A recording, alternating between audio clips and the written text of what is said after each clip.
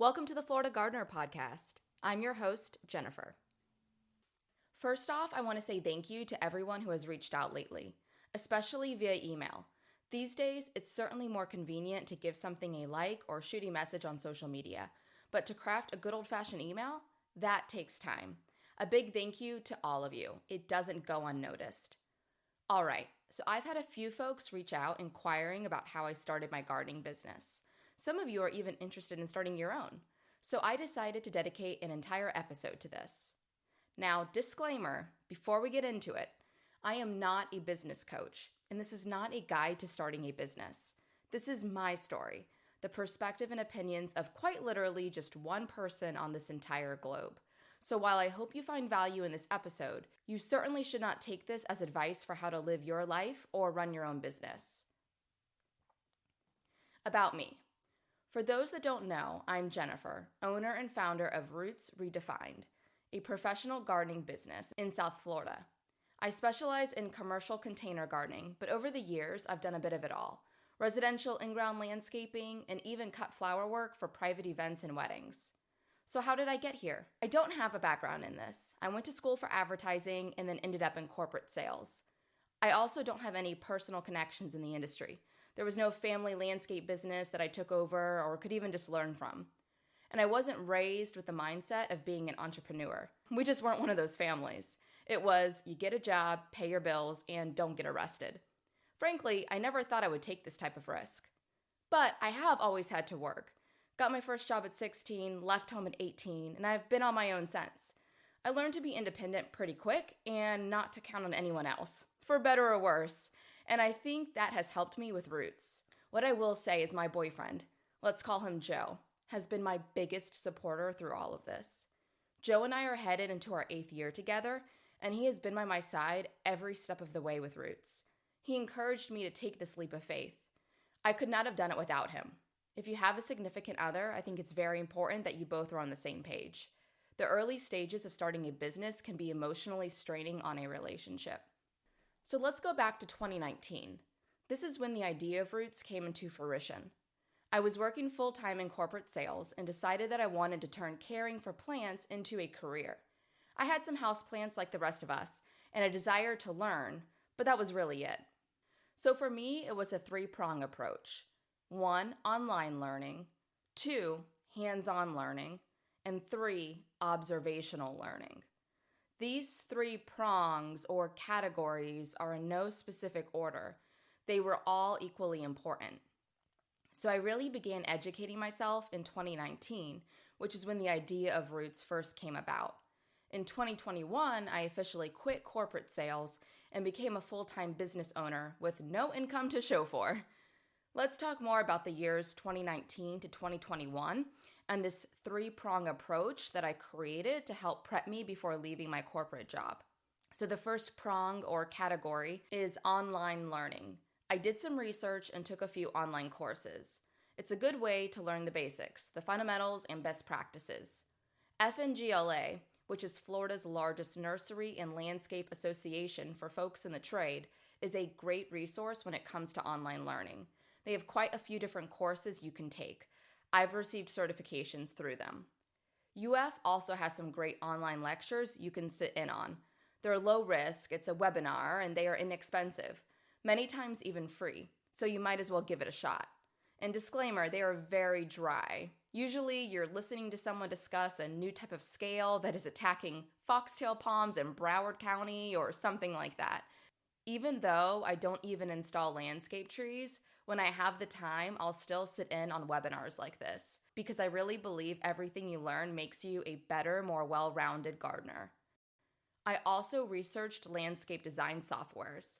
I had no recommendations from anyone. It was really me just going online and watching YouTube videos to learn which software would be best for what I was trying to accomplish.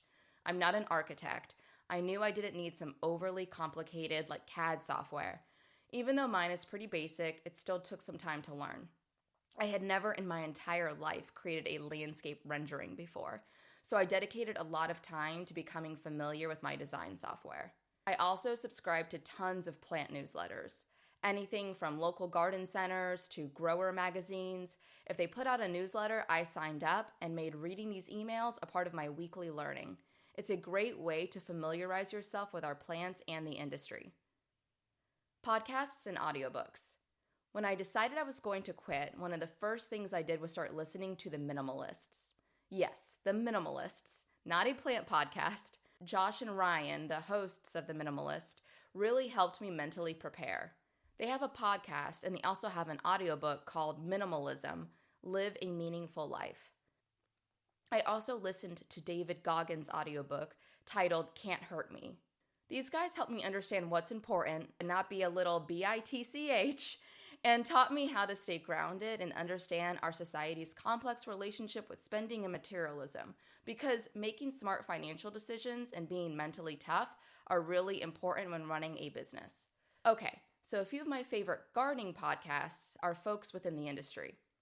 Plants Grow Here is one of them. He's been MIA on the podcast for a couple years now, but I still strongly recommend him. I think he's based out of Australia. Native Plants Healthy Planet is another one. 2 nurserymen up in New Jersey, super rad guys. They are very passionate about native plants, so it's really a deep dive into that world. They're really great. You'll learn so much, and they interview some really great folks. The Beet is another one, and that's beet like the root vegetable. The guy that runs the Beet is pretty well known in the gardening podcast space. And fun fact, he recently bought Botanical Interests, which is a large seed supplier. Anyway, him and his co-host Jock have some really good episodes, definitely worth checking out. Gardening with the RHS is another one. The RHS is the Royal Horticulture Society. So this is a British podcast.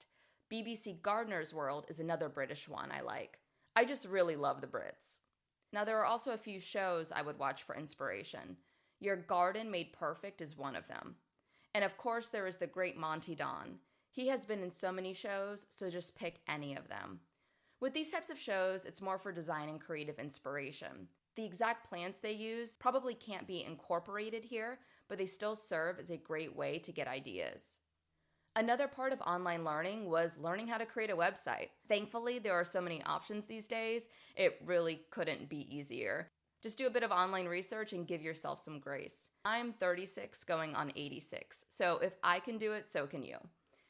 I also had to learn social media. I've always had it, but it was more just for scrolling. I'm the person that creeps but doesn't let you into my own personal life. So setting up business social accounts and making reels for Instagram and editing YouTube videos, this was all very, very foreign to me. Business cards. Sounds silly, but I had never created these either. Couldn't be simpler though. You can use a big box like Staples or go with a small online business. I consider registering my business and getting tax and insurance info set up as part of online learning too. It's important to find a good accountant that you trust. Don't try to do the tax stuff on your own. I also made spreadsheets for invoicing and creating quotes and pricing. No fancy software, was just using Excel. I'm not good with Excel. I've gotten better with the formulas, but once again, I'm 36 going on 86.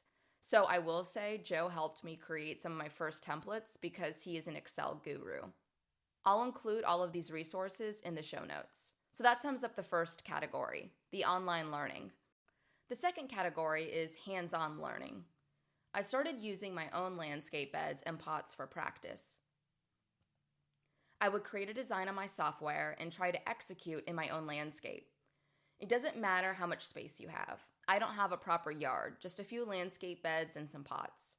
I also grew a ton of plants from seed. It was a lot of trial and error, but there is so much to learn from doing it yourself. From there, I began reaching out to neighbors. These projects became my first jobs. During this time, I also sold plants on Facebook Marketplace. These were old leftover plants from my personal collection, or more often than not, they were plants my neighbors were throwing out. I would dig through the trash, and if I saw a nice pot or plant, I shamelessly brought it back home. I would arrange the plants in creative ways, or paint a pot and make it look nice and try to sell them on these secondhand apps. You're not going to make a lot of money doing this, but it was a great experience because it made me feel like I had purpose in the beginning. I know that's laughable, but even if someone was only paying $5, it was $5 I didn't have before. In the early stages, you can start to feel crazy and like you're not making any progress. So those little hits from Marketplace really helped me keep my sanity. And with every plant you pot up, you're learning a bit more and gaining more experience. Folks on Marketplace will ask you questions about the plants, and it's an opportunity for you to really hone your skills. During this period, I also decided to do some side work for a landscape company. It was part-time and ended up being a short gig, probably 2 to 3 months. I would go out and meet with homeowners and assess what they were looking to have done. If I'm being honest, it was a pretty disorganized business. A lot of the subcontractors would show up hungover or were coming off some type of bender. So anyway, I really appreciated the owner giving me the opportunity, but I knew I wasn't going to stick around, and he completely understood that. I was able to gain some exposure to the landscape trade and help him out a bit, especially on the admin side, and I left on good terms. Looking back, I think it was good experience, and if nothing else, showed me that contractor life is wild. And if you just show up on time and don't smell like booze, you're already ahead of the game. For anyone wondering, I didn't have a connection to this landscape company. I just reached out to a ton online. I think I emailed like 20 or 30. He was the only one that responded. Now back to Joe for a moment. He is wonderful and extremely supportive, but I want to be clear that Joe has his own life and a full-time job completely unrelated to my business. I say that because I'll often see online a significant other helping in the background to construct a raised bed or hauling mulch and helping with the manual aspect of landscape projects. If your partner wants to literally get their hands dirty with you, great. But if not, certainly respect the fact that they have their own life too. And on that note, be hyper aware of what you can truly handle alone, and decide if you want to team up with another professional or hire a contractor or even your own employee. Folks sometimes ask me if I plan on hiring employees. There's no wrong way to go about this, but for me personally, I really like working alone and keeping things within my scope. I absolutely pull people in when necessary. I know my strengths and my weaknesses. However, I don't plan on hiring a true W-2 for Roots. Despite this, my business has continued to grow every year, which I'm thankful for. And I'm constantly looking for different ways to expand upon what I do and monetize different arms of the business. But I'm also hyper aware of the costs associated with an employee and the liability. That wraps up the second category, which is hands-on learning. I have a quick sidebar on finances before we move on to the third category. I try to be intentional with every dollar spent. I also track all expenses. Not just business, which is assumed of course, but I also track every single personal expense. Whether I'm grabbing lunch with my mom, paying a vet bill, or going on vacation. Because while business and personal is separate in the eyes of the government and for tax purposes, at the end of the day, all of these expenses are still my responsibility. They are very much intertwined in my eyes. If you're drowning in debt personally, that's 100% going to impact your business and how you run it. I'm thankful that Joe and I are on the same page with finances. We don't change our lifestyle to impress others, and despite the narrative that society tries to brainwash us into believing, we do not feel that materialism is tied to our value and worth as human beings on planet Earth. It's great to make more money, and trust me, I am very driven to monetarily grow my business. But if you start spending more than you make, I don't care how much your business grosses or what your take home is, the math doesn't math. I firmly believe that it's not how much money you make, but rather how much you have left at the end of the day. The third category is observational learning. Nurseries. Spend a day walking your local plant nurseries and garden centers. I've been to so many nurseries. Bring a sun hat, walk, sweat, and learn. Just please do not bother the people that work there and ask them a ton of questions. Flower and garden shows. The Epcot Flower and Garden Show is my absolute favorite. I don't ride anything, and I don't own a pair of mouse ears, but no shame if you do. For me personally, though, I go solely to observe the plants and how they are used. Go with an open mind, take your time, and just really try to absorb everything. I typically go alone because no one wants to stand there with you for 6 hours while you stare at a garden display. There is also the Philly Flower Show. You guys have probably heard me say there are no bad plants, just bad landscapes. It was this very show that made me come to that realization. I was not expecting it, but I had an epiphany. A lot of people turn their nose up to carnations, but there I was at the most prestigious flower show in North America, and they used carnations in a display, and it was beautiful. To me, it's like garlic or onions. They are amazing in the right dish, but sure, if you add it to your morning smoothie, it's a totally different story. Aesthetically speaking, I think good designers don't get too hung up on specific plants. They realize it's more important how it all comes together. I only learned this lesson through observation and going to these shows. It expanded my mind and my plant palette. Now, you certainly don't have to buy a plane ticket to participate in these shows. There are a ton of local garden shows and expos here in Florida. January through May is prime time for plant shows in our state. Do a bit of Googling and I'm sure you'll find one near you. Local parks are excellent too. Take photos of plants you like or are unfamiliar with. Use a plant ID app to ID them. You might need to cross-reference online with another source, but it's easy enough these days to figure it out. I still do this. It's a great way to learn, and you also get to observe how plants grow in different landscapes and microenvironments. When it comes to all of this, you guys, the curiosity and natural interest has to be there. I'll never be a great cook because I don't spend any time in the kitchen. I can say, well, I don't have time to spend in the kitchen, but really, it's a lack of interest. We prioritize what's important to us. So if you keep pushing off that garden project, or life just gets too busy and you didn't get your seeds or edibles in on time for the season, just think long and hard about if it's really so important to you that you want to turn it into a business. Or maybe it just needs to stay a fun weekend hobby. Because sure, life happens. I absolutely get that. But you know when you're so obsessed with something that it doesn't matter how busy you get, you're gonna make time for it?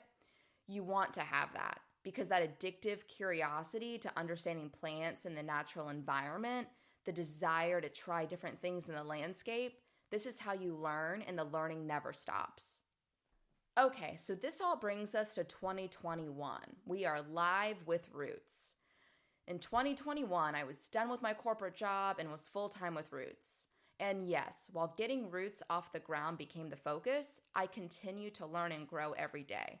I still listen to webinars, visit garden shows, and experiment with plants in my own space. I do all the things I did before, it's just more in the background now, as running a successful business is the main objective. If the interest is genuine, it doesn't stop at 5 p.m. At least that's been my experience. I'll work a 10-hour day out in the field, come home, and somehow find myself tinkering in my own garden. Shoot, I even learned a ton just creating this podcast and writing my monthly newsletter for you guys. And I don't make a cent off either of them. I just enjoy it. And I don't say that in a way of like bragging or anything like that. It's just more of, I guess, kind of portraying to you guys like there has to be something inside that is driving you, that is greater than money, in my opinion. But anyway, so when I officially went live with Roots in 2021, I had my portfolio of work and website up and ready. And then I got out there. I will say my corporate sales experience helped me with this. I was very comfortable with rejection. So going out and talking to people that didn't know who I was and didn't care did not faze me. I was told no every single time for the longest time. And when I was finally given an opportunity to discuss what I do, there was a lot of fumbling through awkward calls and meetings because I was new to this, right? And didn't always know how to respond or how to act. It was very awkward. I didn't always have an answer, but I didn't let this discourage me. I looked at all of those cringeworthy interactions and meetings as dry runs. I just kept at it until I got my first yes. And the prospecting and marketing didn't stop there. It wasn't until 2024 that I felt somewhat stable and had a steady flow of referrals coming in from existing clients. I didn't realize it at the time, but when I reflect back, I really do think if you only take away one thing from this, it's so important to be hungry, to have that desire to peel back another layer and then another layer. If you don't have this natural curiosity, you're going to get bored and you're going to hit a wall with learning and understanding plants and their environment. It's such a vast, deep, complex world, and yet somehow everything is connected. Learning how to water your plants properly and what sun conditions it wants is just scratching the surface. There is so much to explore in the soil, water, bugs, because plants are just one piece of the puzzle. And it's an important piece, right? But once you understand that piece, if you just stop, you're stunting your growth. I'm quite certain this is a puzzle I'll never complete, because there is just far too much to try and wrap my mind around. But I want to put together as many of the pieces while I am here. Okay, so for those of you that were curious, 1, thank you for taking an interest, and 2, I really hope this helps. Don't be scared and take your time. It took me 2 years to feel ready and go full-time. Also, allow your business to change and adapt. There were times when I was more floral focused, doing rehearsal dinners and small weddings. There were times where I was more residential focused, doing more in-ground landscape work. There were moments where I thought I should be design only and focus more on consults, thinking I didn't want to get my hands dirty. I even thought I wanted to own my own nursery at one point, and then I thought I wanted a flower farm. I even interviewed with a home and garden business early on because I was just certain about the direction I should head in and felt like I had made the wrong decision going full-time with Roots. It's okay to have these feelings, and even honestly, I think it's okay to look at job boards. I can now confidently say I don't have those anxious thoughts and feelings. I finally found my niche in this space and it feels right. I think for some folks, you just know at a very young age what you want to do in life, right? You just know day one. But for me, that's never really been the case with anything. And I guess Roots was the same way. I knew I wanted to work with plants, but it was quite the journey to get to this point. I had to dive in, take risks, and spend a lot of time exploring different avenues within the garden and floral space. But almost 5 years later, I can say the imposter syndrome is gone, and I don't feel like I'm swimming without a life vest. I feel confident and happy with the work I do, and most importantly, I know I'm exactly where I belong. All right, so that wraps up episode 29 of the Florida Gardener podcast. We'll see you soon for episode 30. In the meantime, if you'd like to subscribe to my newsletter or check out my online garden shop, you can access everything from my website, rootsredefined.com. That's Roots, R-O-O-T-S, redefined, REDEFINED.com. All right, thanks guys. We'll see you again soon.